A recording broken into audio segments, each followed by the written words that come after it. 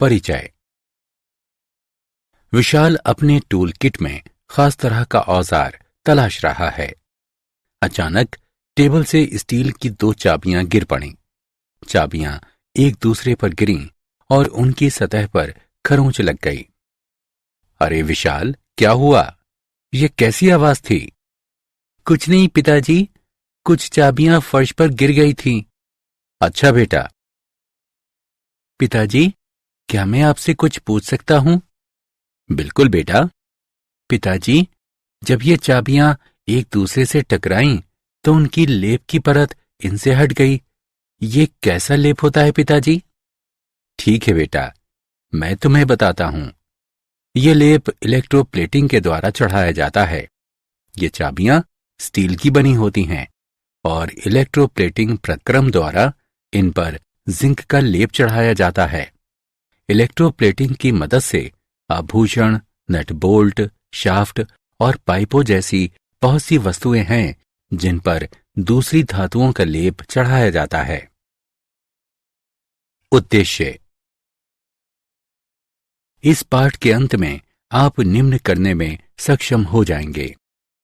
वैद्युत रसायन की व्याख्या करना, वैद्युत रासायनिक सेल को समझना, लवण सेतु की विशेषताएं जानना, वैद्युत रासायनिक सेल का वर्णन करना, इलेक्ट्रोड विभव का वर्णन करना, सेल के ईएमएफ की गणना करना, मानक हाइड्रोजन इलेक्ट्रोड की व्याख्या करना, नैन्स्टर समीकरण की गणना करना, गिब्स ऊर्जा की गणना करना, विद्युत अपघटन को वर्गीकृत करना, वैद्युत प्रतिरोध और संवाहकता की गणना करना, सेल नियतांक की गणना करना, कोल-राउश नियम की व्याख्या करना। परिभाषा। रसायन विज्ञान की वो शाखा जिसमें वैद्युत ऊर्जा और रासायनिक ऊर्जा के संबंधों का अध्ययन किया जाता है और एक से दूसरे स्वरूप में ऊर्जा का आंतरिक रूपांतरण होता है, उसे वैद्युत रसायन कहते हैं। वैद्युत रसायन पर बड़े स्तर पर रासायनिक रूपांतरण और औद्योगिक प्रक्रम आधारित है।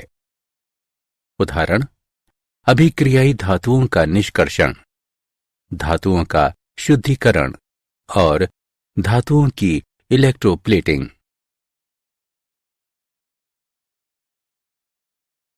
वैद्युत रासायनिक सेल एक युक्ति जो रासायनिक ऊर्जा को विद्युत ऊर्जा में परिवर्तित करती है, वो वैद्युत रासायनिक सेल अथवा गैल्वेनी सेल अथवा वोल्टीय सेल कहलाती है। किसी वैद्युत रासायनिक सेल में प्रत्यक्ष तरीके से स्वतः प्रवर्तित अभिक्रिया होती है और स्वतः प्रवर्तित रासायनिक प्रक्रम के दौरान विद्युत ऊर्जा के रूप में मुक्त ऊर्जा में कमी लाती है। संरचना। जिंक की एक छड़ी को ZnSO4 के विलयन में और कॉपर की एक छड़ी को CuSO4 के विलयन में डुबोया जाता है और इसके लिए 2 अलग अलग बीकर लिए जाते हैं। जिंक और कॉपर की छड़ियां इलेक्ट्रोड की तरह काम करती हैं और उन्हें एक वोल्ट मीटर के माध्यम से संयोजक तार से जोड़ दिया जाता है। दोनों वैद्युत अपघटनी विलयन को लवण सेतु से जोड़ दिया जाता है। ये कांच की उल्टी यू आकार की नली होती है जो कुछ विद्युत अपघटन का गर्म सांद्र विलयन होता है। वैद्युत रासायनिक सेल की क्रिया। ऑक्सीकरण। विलयन में जिंक की छड़ी का भार कम हो जाता है और जिंक ठोस विलयन में चला जाता है। धातु जिंक के जलीय घोल में इस प्रकार विघटित नहीं होता है, अतः ये Zn की घात 2 आयन में रूपांतरित हो जाता है। जिंक का जिंक आयन में ऑक्सीकरण होता है। न्यूनीकरण। कॉपर ठोस की फिल्म कॉपर छड़ पर निक्षेपित हो जाती है। इसका अर्थ ये हुआ कि विलयन में वर्तमान Cu2 आयन कॉपर ठोस में रूपांतरित हो जाता है। Cu2 आयन का कॉपर ठोस में न्यूनीकरण होता है। जिस परिपाटी में विद्युत अपघटन पर ऑक्सीकरण की क्रिया होती है वो एनोड कहलाता है, और जब इलेक्ट्रोड पर न्यूनीकरण होता है तब वो कैथोड कहलाता है। इस वैद्युत रासायनिक सेल में जिंक छड़ एनोड और कॉपर छड़ कैथोड है। विद्युत रासायनिक सेल में अवलोकन। वोल्टमीटर 1.10 वोल्ट के पठन के साथ विचलन प्रदर्शित करता है, जो संकेत देता है कि दो इलेक्ट्रोडों और परमाणु रहित धारा के विभवांतर हैं और कॉपर से जिंक छड़ की दिशा में परिपथ पूरा करता है। कुछ समय बाद कॉपर की एक फिल्म कॉपर छड़ पर निक्षेपित हो जाती है। पता चलता है कि जिंक छड़ की वजन में कमी हो गई है। लवण सेतु की विशेषताएं। लवण सेतु परिपथ पूरा होने पर धारा का प्रवाह करता है। ये आयन के प्रवाह को अनुमति देता है, लेकिन विलयन के प्रवाह को अनुमति नहीं देता। लवण सेतु वैद्युत अपघट्य विलयन की वैद्युत तटस्थता पुनर्स्थापित करता है। लवण सेतु में विद्युत अपघटन का ऋणायन धनाग्र विलयन से गुजरता है और लवण सेतु में विद्युत अपघटन का धनायन ऋणाग्र विलयन से होकर विद्युत स्थिरता का अनुरक्षण करता है। इस प्रकार लवण सेतु आवेशों के संचयन से बचाता है और परिपथ में धारा के प्रवाह का अनुरक्षण करता है।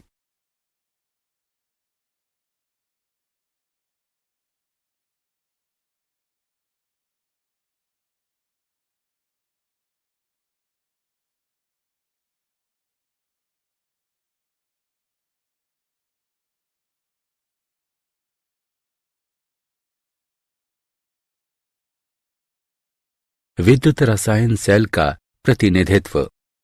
किसी गैल्वेनोमीटर सेल पर विद्युत रसायन सेल को निम्न ढंग से प्रस्तुत किया जा सकता है। लवण सेल को दो उदग्र रेखाओं द्वारा प्रस्तुत किया जाता है।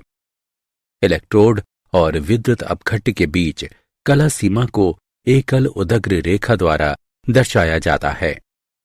लवण सेतु के वाम हस्त दिशा पर एनोड लिखा जाता है। इसे उस धातु के संकेत के रूप में लिखा जाता है और उसके बाद आयन का संकेत लिखा जाता है जो साम्यावस्था में होता है। लवण सेतु के दक्षिण हस्त दिशा पर कैथोड लिखा जाता है। इसे पहले आयन के संकेत के रूप में लिखा जाता है और उसके बाद धातु का संकेत लिखा जाता है जो साम्यावस्था में होता है।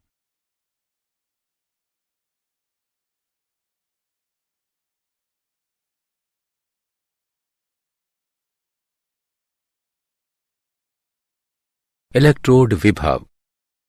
किसी विलयन में धातु और इसके आयन के बीच विद्युत विभवांतर इलेक्ट्रोड विभव कहलाता है। जब किसी धातु के पत्थर को इसके अपने आयन के विलयन के संपर्क में लाया जाता है तो तीन प्रक्रम के होने की संभावनाएं रहती हैं। धातु आयन Mn धन धातुई पत्थर के साथ टकराता है और बिना परिवर्तन के लौट आता है। पत्ती की सतह पर धातु का परमाणु N इलेक्ट्रॉन गंवा सकता है और Mn धन आयन के रूप में विलयन में प्रवेश करता है। धातु आयन Mn धन धातु की पत्ती के साथ टकरा सकता है और N इलेक्ट्रॉनों को प्राप्त करता है और धातु परमाणु में परिवर्तित हो जाता है।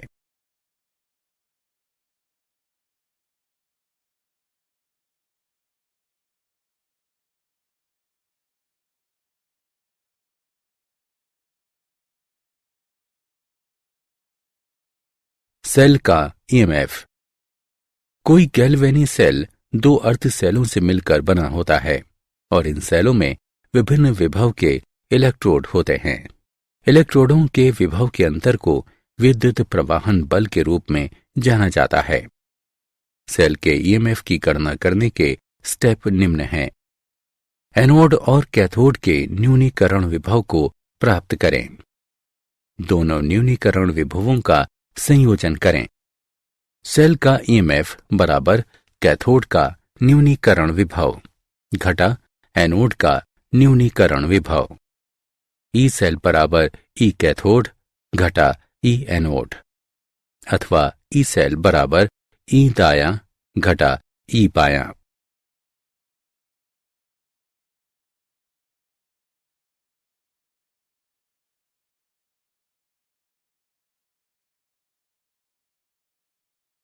हाइड्रोजन इलेक्ट्रोड का मानक SHE। इस पर प्लेटिनम ब्लैक के साथ प्लेटिनम इलेक्ट्रोड की परत चढ़ी रहती है। प्लेटिनम इलेक्ट्रोड 1m सांद्रण के H धन आयन के घोल में डूबा रहता है। एक परमाणु के दबाव में शुद्ध हाइड्रोजन गैस से 298 केल्विन ताप पर बुलबुला कराया जाता है। प्लेटिनम इलेक्ट्रोड निष्क्रिय रहता है। आधी अभिक्रिया इसकी सतह पर होती है और जिसके द्वारा इलेक्ट्रॉन का आवागमन होता रहता है। हाइड्रोजन इलेक्ट्रोड एनोड अथवा कैथोड की तरह काम करता है, जो दूसरे इलेक्ट्रोड पर निर्भर करता है जिससे वो जुड़ा होता है। यदि SHE एक एनोड की तरह काम करता है तो इस पर ऑक्सीकरण की क्रिया होती है। एनोड अर्ध सेल को प्रदर्शित करता है। यदि SHE एक कैथोड की तरह काम करता है तो इस पर न्यूनीकरण की क्रिया होती है। कैथोड अर्ध सेल को प्रदर्शित करता है। मानक हाइड्रोजन इलेक्ट्रोड का इलेक्ट्रोड विभव 0 की तरह लिया जाता है।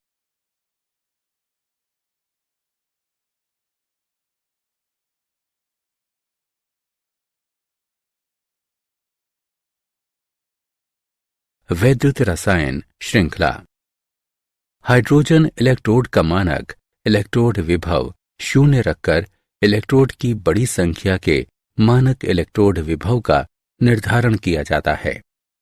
जब विभिन्न प्रकार के इलेक्ट्रोडों को बढ़ते अथवा घटते क्रम में सजाया जाता है तो उनके मानक इलेक्ट्रोड विभव का मान एक श्रृंखला में प्राप्त करते हैं, जिसे वैद्युत रसायन श्रृंखला कहा जाता है।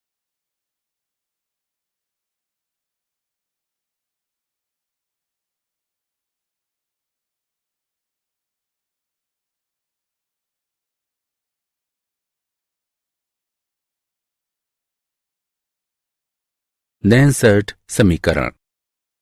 नैनसर्ट समीकरण विद्युत अपघटन सांद्रता और इसके इलेक्ट्रोड विभव के बीच के संबंध को दर्शाता है। इलेक्ट्रोड अभिक्रिया को न्यूनीकरण अभिक्रिया के रूप में लिखा जा सकता है। इस अभिक्रिया के लिए नैनसर्ट समीकरण होगा E बराबर E0 घटा RT बटा NF गुणा Q का प्राकृतिक लॉग।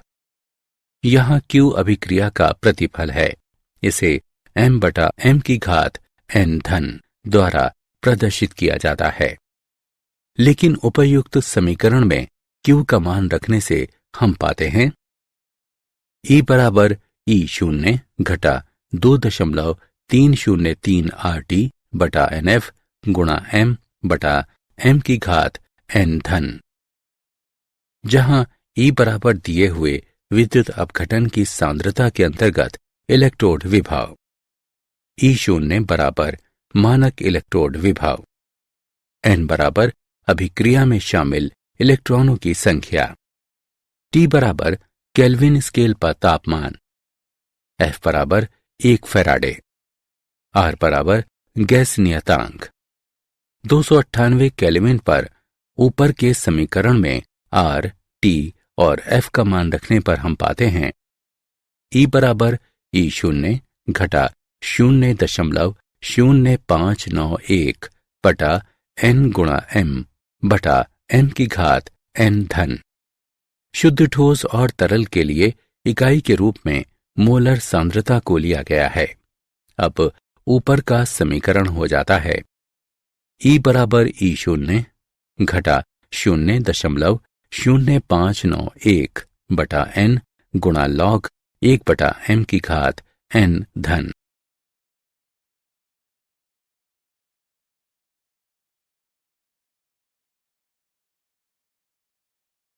नैनसर्ट समीकरण और सेल का ईएमएफ।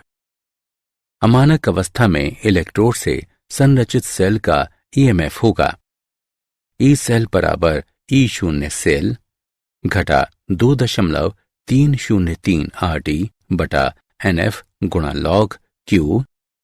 298 केल्विन पर यह समीकरण हुआ।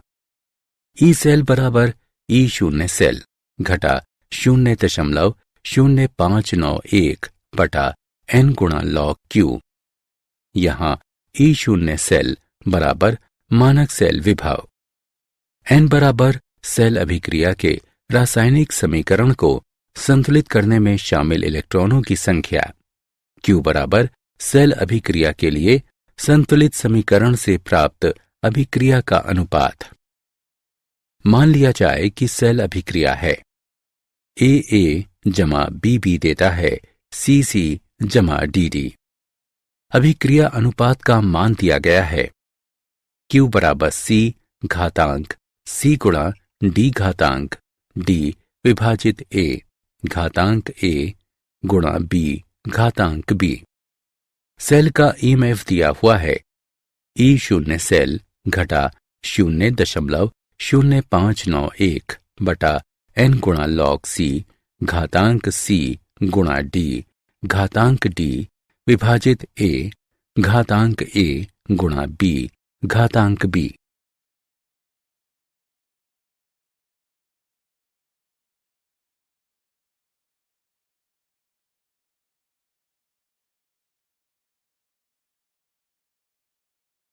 नेंसर्ड समीकरण और साम्य स्थिरांक। एनोड और कैथोड का विभवांतर जब तक रहता है वैद्युत रासायनिक सेल काम करता है।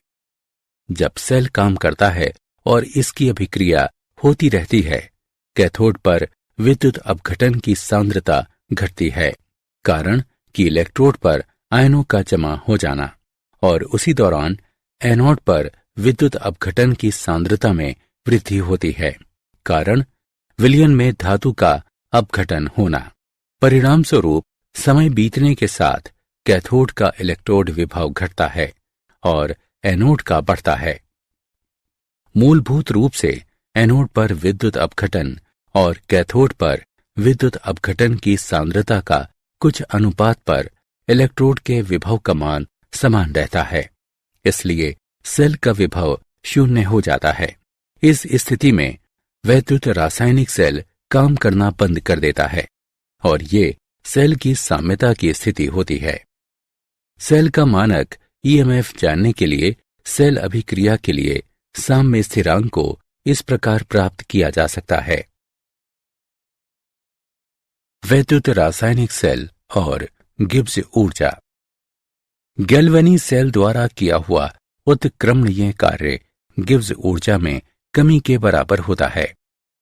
यदि सेल का ईएमएफ E है और NF उससे होकर गुजरने वाला आवेश है और डेल्टा RG अभिक्रिया की गिब्स ऊर्जा है, तो दिया हुआ है डेल्टा RG बराबर घटा NF E सेल।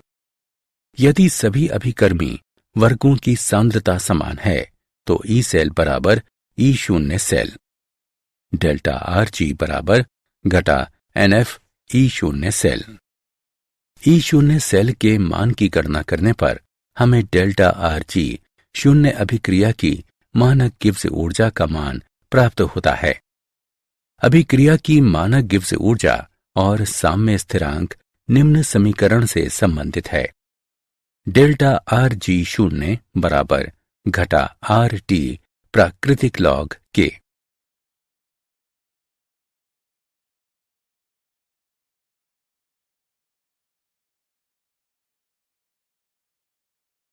चालक। जिन पदार्थों से होकर विद्युत प्रवाह होता है वे चालक कहलाते हैं। चालकों को दो श्रेणियों में बांटा गया है, धातुई चालक और इलेक्ट्रोड। धातुई चालक वे धातु जो बिना किसी रासायनिक परिवर्तन के विद्युत प्रवाह को जाने देते हैं। धातुई क्रिस्टल में इलेक्ट्रॉनों की गति के कारण धातु के माध्यम से संवहन होता है, उदाहरण कॉपर और सिल्वर। इलेक्ट्रोड जिन पदार्थों के जलीय विलयन से होकर विद्युत प्रवाह होता है और उसी दौरान रासायनिक अपघटन होता है। ये संवहन उनके जलीय विलयन में विद्युत अपघटन द्वारा उत्पादित आयन की गति के कारण होता है। उदाहरण अम्ल और क्षार।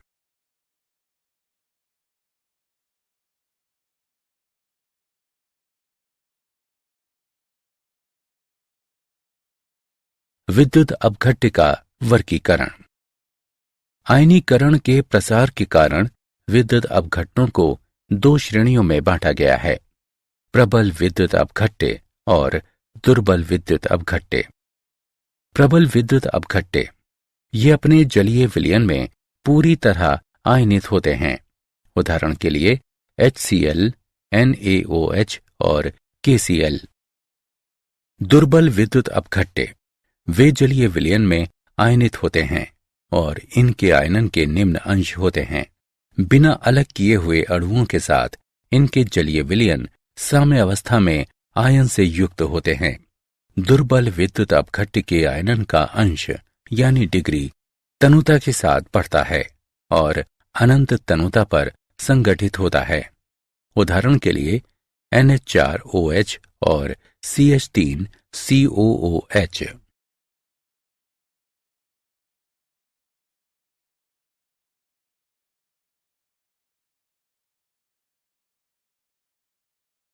विद्युत अपघटनी संवहन को प्रभावित करने वाले चालक।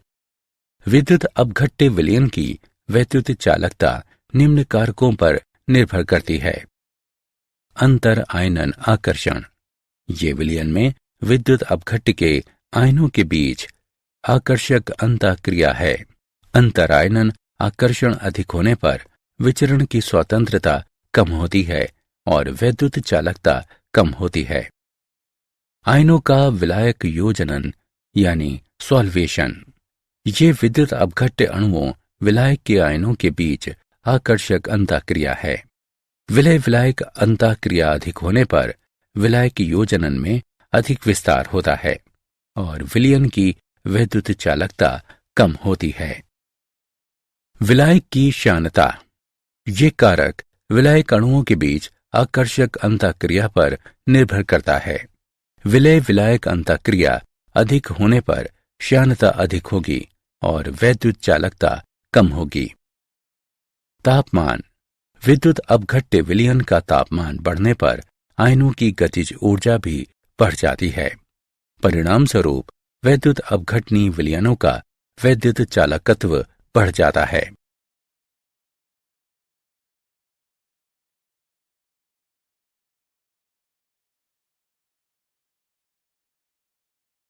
वैद्युत प्रतिरोध। प्रत्येक चालक पदार्थ में विद्युत प्रवाह में अवरोध उत्पन्न होता है, जिसे प्रतिरोध कहते हैं। ओम का नियम। इस नियम के अनुसार किसी संपूर्ण चालक का विभवांतर इससे होकर गुजरने वाली धारा के सीधा समानुपाती होता है। V बराबर IR अथवा V बटा I बराबर R। चालक से होकर प्रवाहित होने वाली धारा के विभवांतर का अनुपात अचर रहता है और ये चालक का प्रतिरोध कहलाता है। इसकी इकाई ओम है। प्रतिरोधकता। 1 सेंटीमीटर लंबाई के चालक के साथ 1 वर्ग सेंटीमीटर के अनुप्रस्थ काट के क्षेत्रफल द्वारा उत्पन्न प्रतिरोध के रूप में इसकी व्याख्या की जाती है। किसी चालक का प्रतिरोध उस चालक की लंबाई का सीधा समानुपाती और उसके अनुप्रस्थ काट के क्षेत्रफल का व्युत्क्रमानुपाती होता है। R बराबर रो L विभाजित A, जहां रो विशिष्ट प्रतिरोध अथवा प्रतिरोधकता के रूप में जाना जाता है।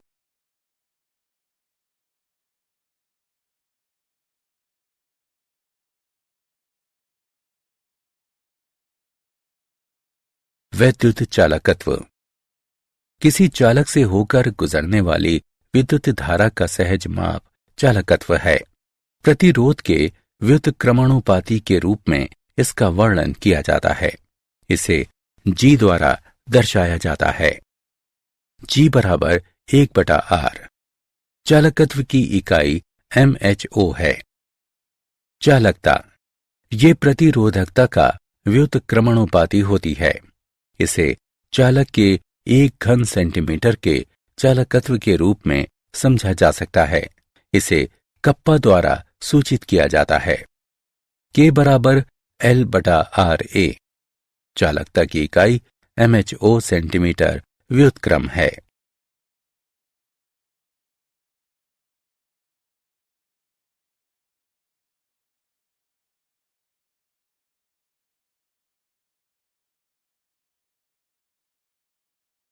वैद्युत अपघट्य विलयन की मोलर चालकता। किसी विलयन का चालकत्व मोलर चालकता है, जिसमें 1 ग्राम अणु अथवा वैद्युत अपघट्य का 1 मोल इस प्रकार होता है कि पूरे विलयन को 1 सेंटीमीटर के फासले पर 2 इलेक्ट्रोडों के बीच रखा जाता है। इसे लैम्डा m द्वारा निर्देशित किया जाता है। किसी विलयन के 20 सेंटीमीटर घन के लिए 1 मोल वैद्युत अपघट्य विलयन को 1 सेंटीमीटर फासले पर 2 बड़े इलेक्ट्रोडों के बीच रखा जाता है। इस तरह चालकता और मोलर चालकता के बीच के संबंध को इस प्रकार दर्शाया जा सकता है। लैम्डा m बराबर कप्पा और आयतन का गुणनफल।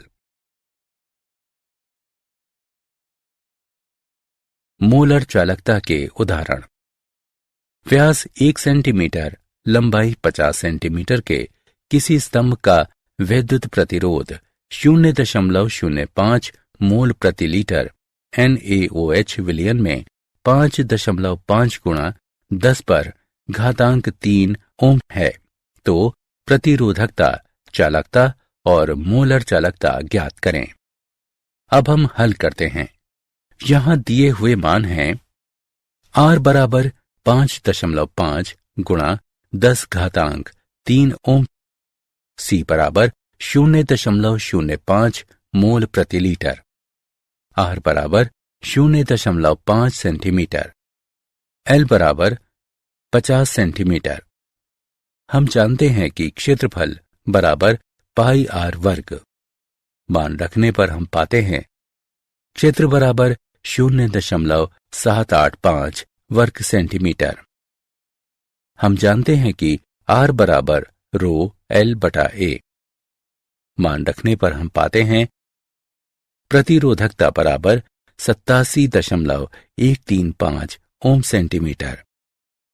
हम जानते हैं कि चालकता प्रतिरोधत्व का व्युत्क्रमणोपाधि होता है।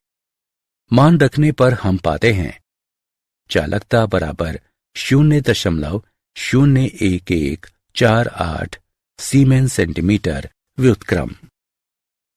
हम जानते हैं कि मोलर चालकता बराबर कप्पा गुणा 1000 विभाजित C। मान रखने पर हम पाते हैं मोलर चालकता बराबर 229.6 सीमेन वर्ग सेंटीमीटर मोल व्युत्क्रम।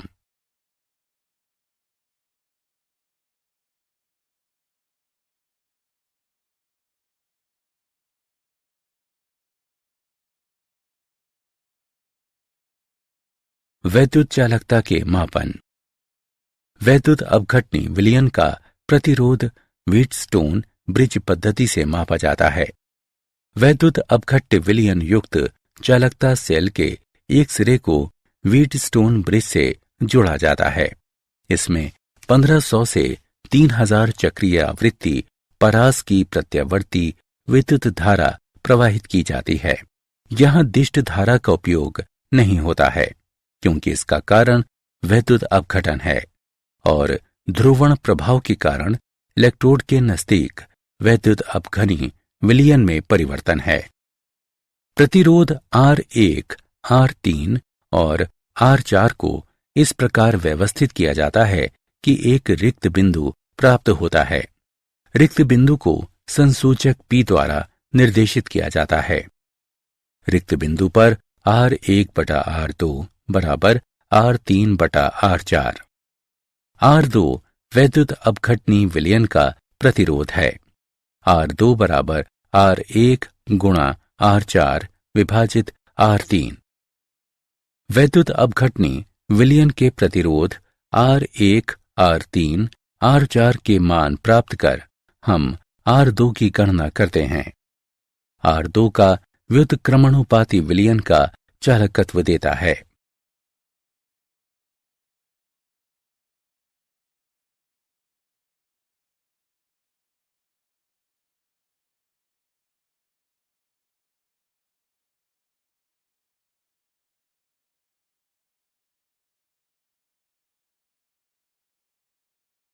सेल नियतांक। सेल नियतांक बराबर होता है चालकता बटा चालकत्व के। इसे जी एस्टेरिस्क द्वारा प्रदर्शित किया जाता है। इसकी व्याख्या इकाई सेंटीमीटर व्युत्क्रम के रूप में की जाती है। जिस मानक विलयन की चालकता ज्ञात होती है, चालकत्व के माप द्वारा उसके सेल नियतांक का मान प्राप्त करना आसान हो जाता है। इस उद्देश्य के लिए केसीएल के मानक सेल का उपयोग होता है।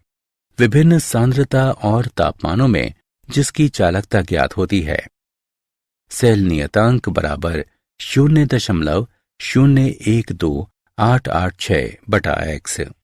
एक बार सेल नियतांक ज्ञात हो जाने पर वैद्युत अपघटनी विलयन के चालकत्व अथवा प्रतिरोध से चालकता की गणना की जा सकती है।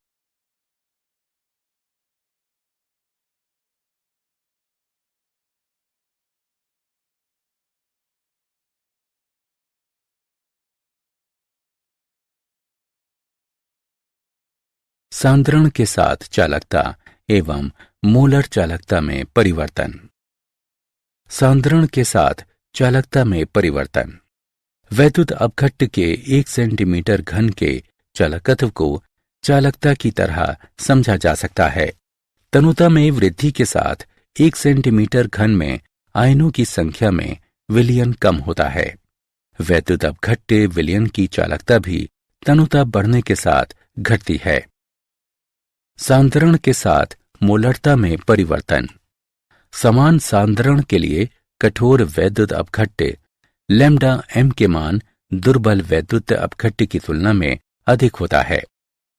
तनुता के साथ वैद्युत अपघट्ट की मोलर चालकता बढ़ती है।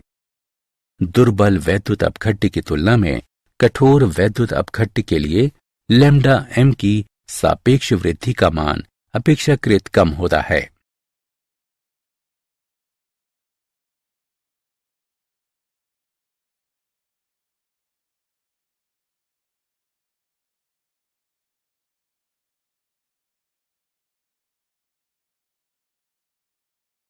सांद्रण के साथ मोलर चालकता की ग्राफीय प्रस्तुति।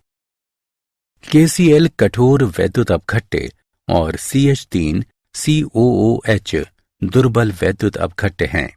एक ग्राफीय प्रस्तुतिकरण सांद्रण के साथ मोलर चालकता के परिवर्तन को दर्शाता है। कठोर वैद्युत अपघट्ट में जब सांद्रण 0 होता है, मोलर चालकता एक निश्चित मान प्राप्त करता है, जो सीमित मोलर चालकता के रूप में जाना जाता है। इस मान को लैम्डा 0m से दर्शाया जाता है। एसिडिक अम्ल की तरह निर्बल वैद्युत अपघट्ट के मामले में सीमित मान प्राप्त हो, इसके लिए कोई संकेत नहीं मिलता है, क्योंकि जब सांद्रण 0 हो जाता है तो ग्राफ लगभग y अक्ष के समानांतर हो जाता है। कोलराउश का नियम। कोलराउश के नियम के अनुसार किसी असीम तनुता में जब वैद्युत अपघट्ट पूरी तरह अलग हो जाता है तो वैद्युत अपघट्ट के लिए प्रत्येक आयन निश्चित योगदान देता है, विपरीत प्रकृति के अन्य आयन के साथ जुड़ा होता है। असीम तनुता पर किसी वैद्युत अपघट्ट की मोलर चालकता को इसके अलग आयनों के योगदानों के योग के रूप में व्यक्त किया जा सकता है। हमें लगता है लैम्डा नॉट धनात्मक और लैम्डा नॉट ऋणात्मक धनायन एवं ऋणायन की सीमांत मोलर चालकता को प्रदर्शित करता है। असीमित तनुता पर वैद्युत अपघट्ट की सीमांत मोलर चालकता दी हुई है। V धनात्मक लैम्डा नॉट धनात्मक, V ऋणात्मक लैम्डा नॉट ऋणात्मक। जहां V धनात्मक और V ऋणात्मक। प्रत्येक इकाई सूत्र द्वारा धनात्मक आयन और ऋणात्मक आयनों की संख्या प्रदर्शित करते हैं। कोलराउश नियम के अनुप्रयोग। कोलराउश नियम के कुछ महत्वपूर्ण अनुप्रयोग निम्न हैं। दुर्बल वैद्युत अपघट्ट की सीमांत मोलर चालकताओं की गणना। दुर्बल वैद्युत अपघट्ट के सीमांत पृथक्करण की गणना। दुर्बल वैद्युत अपघट्ट के पृथक्करण नियतांक की गणना। अल्प घुलनशील लवण की घुलनशीलता तय करना। जल के आयनन उत्पाद की गणना। सारांश। आइए हमने जो कुछ सीखा है उसे संक्षेप में दोहराएं। रसायन विज्ञान की वो शाखा जिसमें वैद्युत ऊर्जा और रासायनिक ऊर्जा के संबंधों का अध्ययन किया जाता है और एक से दूसरे स्वरूप में ऊर्जा का आंतरिक रूपांतरण होता है, उसे वैद्युत रसायन कहते हैं।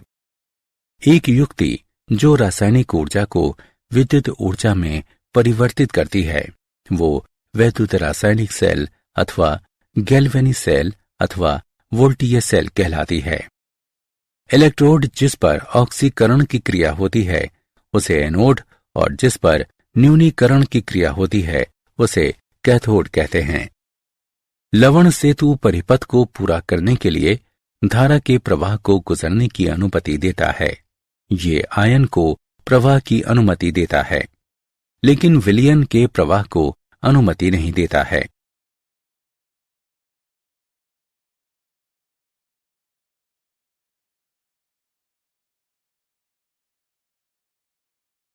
किसी विलयन में धातु और इसके आयनों के बीच वैद्युत विभवांतर को स्थापित करने को इलेक्ट्रोड विभव कहते हैं।